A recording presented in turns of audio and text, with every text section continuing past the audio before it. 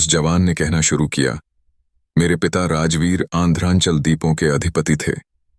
आंध्रांचल द्वीप 4 प्रसिद्ध पर्वतों के मध्य स्थित हैं। राजधानी वहीं थी जहां अब रक्तमीन ताल है। जब मेरे पिता 70 वर्ष के हुए तो उनका देहांत हो गया और उनकी जगह मैं, समरवीर, राज सिंहासन पर बैठा। मेरे विवाह को केवल 5 वर्ष हुए थे कि मुझे प्रतीत हुआ कि मेरी पत्नी राजकुमारी चंद्रलेखा का मेरे प्रति प्रेम अब पहले जैसा नहीं रहा। एक दिन दोपहर के भोजन के बाद वह स्नान गृह चली गई और मैं शयन कक्ष में लेटा हुआ था। मेरी 2 दासियां, जो रानी को पंखा झलती थीं, मेरे पास आकर मुझे पंखा झलने लगीं। उन्होंने मुझे सोया समझकर धीरे धीरे बात करनी शुरू की।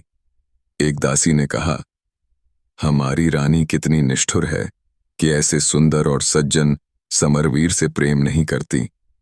दूसरी बोली, तू ठीक कहती है, वह हर रात राजा को कोई नशीली औषधि शरबत में मिलाकर पिलाती है, जिससे वह बेहोश हो जाते हैं और फिर रानी कहीं और चली जाती है।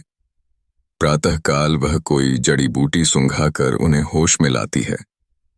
मैं यह सब सुनकर भीतर ही भीतर दुखी हुआ, लेकिन तत्काल कोई प्रतिक्रिया नहीं दी। रानी जब लौट कर आई तो मैंने वैसा ही अभिनय किया जैसे मैं सचमुच सो रहा था। उसी रात जब रानी ने मुझे शरबत दिया तो मैंने चुपचाप उसे खिड़की से बाहर फेंक दिया और प्याला उसे लौटा दिया। वह यह सोचकर निश्चिंत हो गई कि मैंने शरबत पी लिया है। कुछ देर बाद रानी मंत्र पढ़ते हुए बोली, ऐसे सो कि कभी न जागो, और भड़कीले वस्त्र पहनकर कक्ष से निकल गई। मैं चुपचाप उसका पीछा करने लगा। वह कई बंद दरवाजों से होकर गुजरी जो मंत्रों के प्रभाव से खुलते चले गए। अंततः वह एक वन में पहुंची जहां वह एक गुलाम, कन्हाई, अमाय के साथ हाथ में हाथ डाले टहल रही थी। वह कन्हाई से कह रही थी, मैं तुम्हें प्राणों से अधिक चाहती हूं, फिर भी तुम मुझसे कठोरता से बात करते हो। मैं क्रोध से भर उठा और तलवार निकालकर कन्हाई पर प्रहार कर दिया। वह घायल होकर गिर पड़ा। मैं रानी को छोड़कर महल लौट आया, क्योंकि वह मुझे अब भी प्रिय थी। अगले दिन वह मातम के वस्त्रों में थी और बोली कि उसकी माता, पिता और भाई की मृत्यु हो गई है। मैंने बिना तर्क किए उसे शोक मनाने दिया। वह वर्ष भर दुखी रही, फिर बोली, मैं एकांत चाहती हूं, और करुणा महल नाम की एक विशाल इमारत बनवाकर वहां रहने लगी। वहीं उसने कन्हाई को रखा, जो अब न तो चल सकता था न बोल सकता था।